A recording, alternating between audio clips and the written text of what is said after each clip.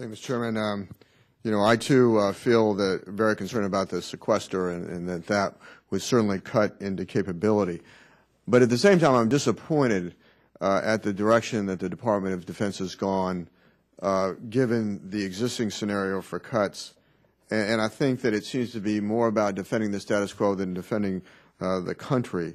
When we think that retention rate is through the roof, and any other organization outside of the Department of Defense that has a very high retention rate would slow down the promotion rate. Yet we seem to be maintaining the same promotion rate and forcing good people out, where we could slow it down, save money, give people more time and grade in their respective MOSs before they advance. I don't see that being looked at. The military across the board is so incredibly top-heavy today, I'm stunned. I believe we have more flag officers than we did in 1990, yet we have a fraction of the force. It's like the British Admiralty, that as the British Navy shrunk, the Admiralty grew. And so we've got to slim down our military, and I understand there's some efforts there, but I can tell you that from what I've seen, they're not deep enough. We look at the size of the civilian workforce in the Department of Defense.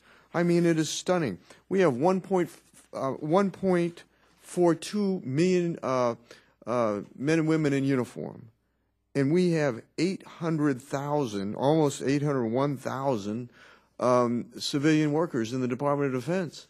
You know, I was an infantry guy in the United States Army and the Marine Corps. I don't know of a whole lot of casualties that were produced by somebody, you know, sitting behind a desk. And then we're not looking across the 1.42 million people on active duty and saying, what do we really need to have on active duty and what do we need in the reserve components?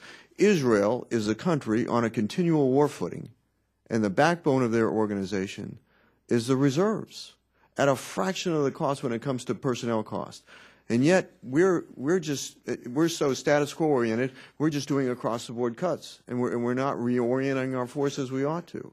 And so I tell you, I just incredibly disappointed with the lack of finesse that has gone into this process from all the branches of the military and the Department of Defense in terms of being able to conduct these reductions without compromising national security. And I believe that we fundamentally compromise capabilities with a lack of, I think, intelligence that has gone into these cuts. And with that, Mr. Chairman, unless anybody would like to respond, I'd yield back.